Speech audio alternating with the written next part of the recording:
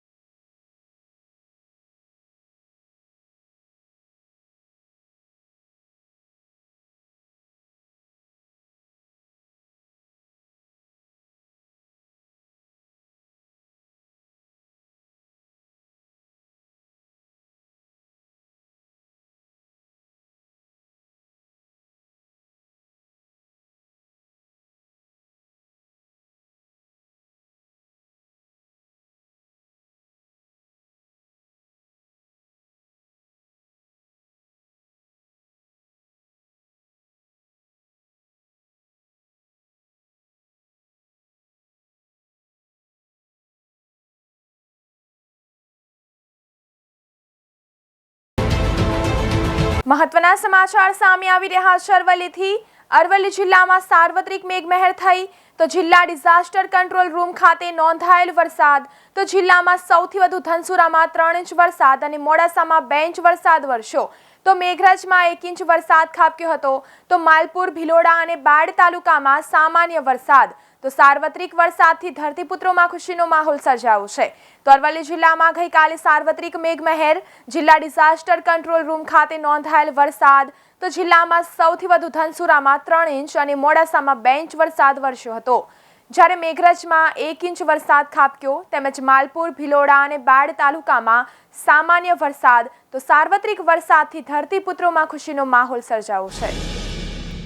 પેટ્રોલની અછત સર્જાવાની અને આગામી 4 દિવસ પેટ્રોલ ડીઝલ નહીં મળવાની સોશિયલ મીડિયામાં ફેલાયેલી અફવાના કારણે વાહન ચાલકોએ પેટ્રોલ ડીઝલનો જરૂરિયાત કરતાં વધારે સંગ્રહ કરવા પેટ્રોલ પંપો પર લાંબી કતારો લગાવી હતી, જેના કારણે બપોર પછી પેટ્રોલ પંપો પર પેટ્રોલનો જથ્થો પણ ખૂટી ગયો હતો અને જે પેટ્રોલ પંપમાં વિતરણ શરૂ હોય ત્યાં વાહન ચાલકોના ટોળા ઉમટ્યા હતા। જો કે રાત્રેથી પર્યાપ્ત માત્રામાં પેટ્રોલ પંપમાં જથ્થો મળી રહેવાની અને પેટ્રોલ બંધ થવાની અફવા હોવાનું જિલ્લા પુરવઠા અધિકારીએ જણાવ્યું હતું। તેમજ સોશિયલ મીડિયા ઉપર આગામી 4-5 દિવસ પેટ્રોલ નહીં મળવાની અને પેટ્રોલ બંધ થવાની અફવાઓ ફેલાયેલી છે।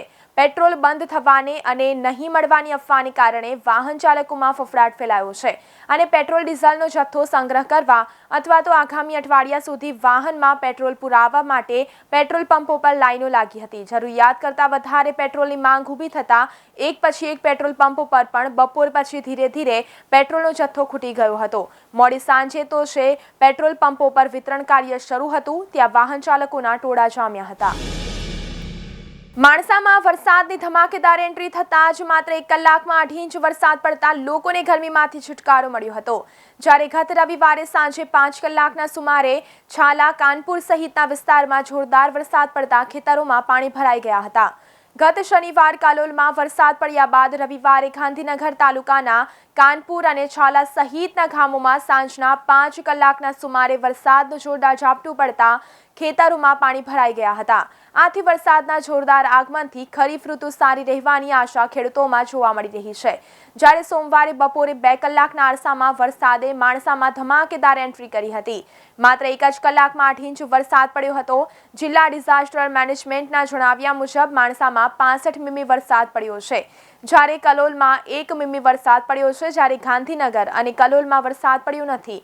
માણસામાં 1 કલાકમાં પડેલા જોરદાર વરસાદથી વાતાવરણમાં ઠંડક પ્રસરી જવાથી અકળાવવાની ગરમીમાંથી માણસાવાસીઓને છુટકારો મળ્યો હતો। તેમજ 8 ઇંચ વરસાદથી માણસાના માર્ગો ઉપર નદીઓ વહેતી હોય તેવા દ્રશ્યો સર્જાયા હતા, જ્યારે માણસા અને ગ્રામ્ય વિસ્તારોમાં નીચાણવાળા વિસ્તારોમાં પાણી ભરાઈ ગયા હતા। ઓપેક દેશોમાંથી આવતું પેટ્રોલ ડીઝલ મોંઘું પડતું હતું। સરકારે આયાત કરવાનું બંધ કરી દીધું છે।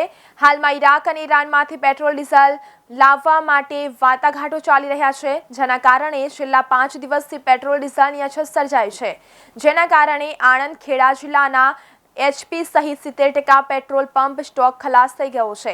નવો સ્ટોક મંગાવવા છતાં મળતો નથી, જેથી આણંદ, તારાપુર, બોરસદ, ઉમરેઠ સહિત ખેડા જિલ્લાના પેટ્રોલ પંપ પર સ્ટોક નથીનો બોર્ડ લગાવવા જોવા મળે છે. તેમજ આગામી દિવસો આ પ્રશ્ન હલ નહીં થાય તો પેટ્રોલ ડીઝલની ભારે અછત સર્જાવાની સંભાવના રહેલી છે, જેના કારણે આણંદ, ખેડા જિલ્લાના 30 લાખથી વધુ વાહન ચાલકો મુશ્કેલીમાં મુકાશે. તેની અસર અર્થતંત્રમાં પડવાની પણ સંભાવના છે. તેમજ આણંદ શહેરના મહેન્દ્ર શાહ પાસે આવેલા HP સહિત 5 પેટ્રોલ પંપ પર સોમવારે સ્ટોક નથી તેવા બોર્ડ લાગ્યા હતા, જ્યારે ઉમરેઠ અને તારાપુર સહિતના વિસ્તારોમાં HP, રિલાયન્સ સહિત ઇન્ડિયા કંપનીના પેટ્રોલ પંપ પર 3-4 દિવસથી બંધ હાલતમાં છે, જેના કારણે વાહન ચાલકોને પેટ્રોલ ડીઝલ મેળવવા માટે ભટકવાનો વખત આવ્યો છે.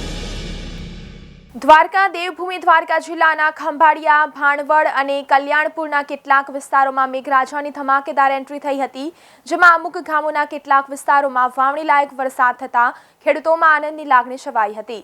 ઓખા, મીઠાપુર પંથકમાં પણ મોસમી પ્રથમ ધીંગો વરસાદ પડ્યો હતો. દેવભૂમિ દ્વારકા જિલ્લામાં સોમવારે અસહ્ય બફારા બાદ વાતાવરણમાં પલટો જોવા મળ્યો હતો. ખંભાળિયા શહેરમાં બપોરના 1 વાગ્યાના સુમારે ધીમી ધારે વરસાદ શરૂ થયો હતો. જોરદાર ઝાપટા પડતા શહેરના રાજમાર્ગો પર પાણી ફરી વળ્યા હતા. અસહ્ય બફારા બાદ વાતાવરણમાં ઠંડક પ્રસરતા લોકોમાં આનંદ છવાયો હતો. તો ખંભાળિયા, ભાણવડ અને કલ્યાણપુર પંથકમાં કેટલાક વિસ્તારોમાં વાવણી લાયક વરસાદ વરસ્યો હતો. ખંભાળિયા તાલુકાના સોનારડી, બેહ, બેરાજા, ભાડથર ગામોમાં સારા પ્રમાણમાં વરસાદ થયો હતો. તેમજ હંજડાપર અને ગોલણ શેરડીના ગામોમાં ધોધમાર વરસાદ થતાં નદી, નાળા અને શેલાડાઓમાં પૂર આવ્યા હતા. તેમજ કલ્યાણપુર તાલુકાના રાણ, લીંબડી, માળી સહિતના ગામોમાં છેલ્લા કેટલાક વિસ્તારમાં વાવણી લાયક વરસાદ થયાનું જાણવા મળ્યું હતું. તેમજ ભાણવડના ગ્રામ્ય પંથકમાં પણ અમુક વિસ્તારમાં વાવણી લાયક વરસાદ થયો છે, જેથી ખેડૂતોમાં આનંદની લહેર જોવા મળી છે. ચોમાસાના મંડાણ વચ્ચે વલસાડ જિલ્લાની 600 ફિશિંગ બોટ કાંઠાના ગામોની જેટી કિનારે લંઘારવામાં આવી છે. 8 માસની સિઝન પૂરી થતાં માછીમારો બોટ લઈને માદરે વતન પહોંચ્યા છે. બાકીની બોટ પણ પરત થઈ રહી છે. બીજી તરફ અરબી સમુદ્રમાં વેસ્ટર્ન ડિસ્ટર્બન્સ અને લો પ્રેશરની સિસ્ટમ એક્ટિવ થતાં હવામાન વિભાગ દ્વારા આગામી 5 દિવસમાં પવન અને વરસાદની આગાહી દર્શાવવામાં આવી છે. જો કે મોંઘું ડીઝલ અને પ્રતિકૂળ હવામાનને લઈને ફિશિંગ સિઝન નબળી રહેતા સાગર ખેડૂતો, માછીમારો નિરાશનો માહોલ જોવા મળ્યો છે. તેમજ ગત વર્ષે વલસાડ જિલ્લામાં ચોમાસા બાદ માછીમારીની સિઝન શરૂ થઈ હતી. તેમજ માછીમારીનો ધંધો ઓક્ટોબરથી શરૂ કરવા માટે ઓખા, જખૌ, વેરાવળ, મુંબઈના સમુદ્રમાં જિલ્લાની બોટો અરબી સમુદ્રમાં ફિશિંગ માટે નીકળી ગઈ હતી. આ વર્ષે 11 જૂનથી ચોમાસાના મંડાણ થતાં વલસાડ જિલ્લાની 600 બોટ વિવિધ બંદરો પરથી વલસાડ જિલ્લામાં પરત ફરી છે. જિલ્લાના 40,000થી વધુ માછીમારો ફિશિંગ દ્વારા ગુજરાન ચલાવે છે. ઉનાળુ વેકેશન બાદ કાલથી નવા શૈક્ષણિક સત્રનો પ્રારંભ થયો છે, ત્યારે શાળાઓ ખુલતા ખેડા જિલ્લાની માધ્યમિક અને પ્રાથમિક શાળાઓમાં વિદ્યાર્થીઓ અભ્યાસ અર્થે પહોંચ્યા હતા. જો કે કાલે પ્રથમ દિવસે શાળાઓમાં વિદ્યાર્થીઓની પાંખી હાજરી જોવા મળી હતી. ખાનગી નર્સરી અને કેજીની શાળાઓમાં બાળકોના આગમન સાથે કિલ્લોલથી જીવંત બની ઉઠી છે. તેમજ નર્સરી, બાલવાડી વિભાગમાં પહેલા દિવસે લાગણીસભર દ્રશ્યો પણ જોવા મળ્યા હતા. તો પ્રથમવાર શાળામાં આવતા ભૂલકાઓ વર્ગખંડમાં જવા કે બેસવા રાજી ન થતા વાલીઓએ ન છૂટકે વર્ગખંડમાં બેસી રહેવું પડ્યું હતું અને રડતા બાળકોને કલાકો સુધી સમજાવવાની મથામણ પણ કરવી પડી હતી. મલ્ટીપર્પઝ હેલ્થ વર્કરોને રેગ્યુલાઇઝ કરવા અને મળવાપાત્ર લાભો ચૂકવી દેવા હાઈકોર્ટે સરકારને આદેશ કરવા છતાં તેનું પાલન નહીં થતાં કન્ટેમ્પ્ટ પિટિશન કરાઈ છે. ચીફ જસ્ટિસની ખંડપીઠે પંચાયત સર્વિસ સિલેક્શન બોર્ડ સહિત સેક્રેટરી સામે ચાર્જ ફેમ કરવાનો નિર્ણય લેતા સરકારી વકીલે તાત્કાલિક તમામને RTGSથી લાભો ચૂકવી દેવા આદેશ કર્યો છે. રાજ્યભરના મલ્ટીપર્પઝ હેલ્થ વર્કરોને નોકરીમાં જોડાયા ત્યારથી 2500 લઘુત્તમ વેતન ચૂકવવામાં આવતું હતું. તેમજ સરકારે લઘુત્તમ વેતનની રકમ વધારીને 9,400 કર્યું હતું, પરંતુ તેનો લાભ વર્કરોને ચૂકવાયો નહોતો, જેની સામે હાઈકોર્ટમાં દાદ માંગવામાં આવી હતી. ચીફ જસ્ટિસની ખંડપીઠે તમામ વર્કરોને 9,400 મુજબ તફાવતની તમામ રકમ ચૂકવી દેવા આદેશ કર્યો છે. રજૂઆત કરાઈ હતી કે હાઈકોર્ટના આદેશ છતાં પંચાયત વિભાગ દ્વારા મલ્ટીપર્પઝ વર્કરોને રેગ્યુલર વર્કરો જેટલું જ વેતન મળવું જોઈએ, પરંતુ તેમને એડહોકમાંથી કાઢી મૂકીને રેગ્યુલાઇઝ નહીં કરીને બાકીના મળવાપાત્ર લાભો ચૂકવ્યા નથી.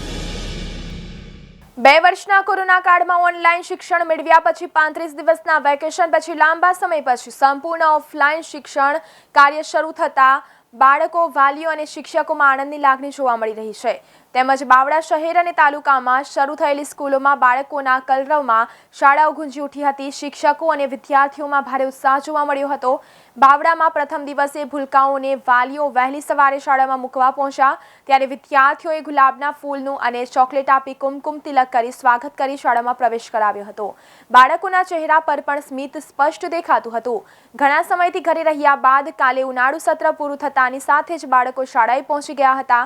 શાળામાં મોટા ભાગના બાળકો પહેલા દિવસે જ હાજર રહ્યા હતા તો વાલીઓ પણ પોતાના બાળકોને ઉત્સાહથી શાળાએ મૂકવા પહોંચ્યા હતા. તેમજ બજારોમાં નોટો, ચોપડા, સ્ટેશનરી તેમજ સ્કૂલ ગણવેશ, સ્કૂલ બેગ, બૂટ મોજા, વોટર બેગ, લંચ બોક્સ જેવી વસ્તુઓની ખરીદી કરતા જોવા મળ્યા હતા. આ વર્ષે તમામ વસ્તુઓમાં 20 થી 25% ભાવ વધારો આવ્યો હોવાથી વાલીઓને ભારે મુશ્કેલી પડી રહી છે. તો મોર્નિંગ બુલેટિનમાં અત્યારે બસ આટલું જ. વધુ સમાચાર જોવા માટે જોતા રહો અરવલ્લી સમાચાર, એટલે તમારો વિસ્તાર, તમારી વાત.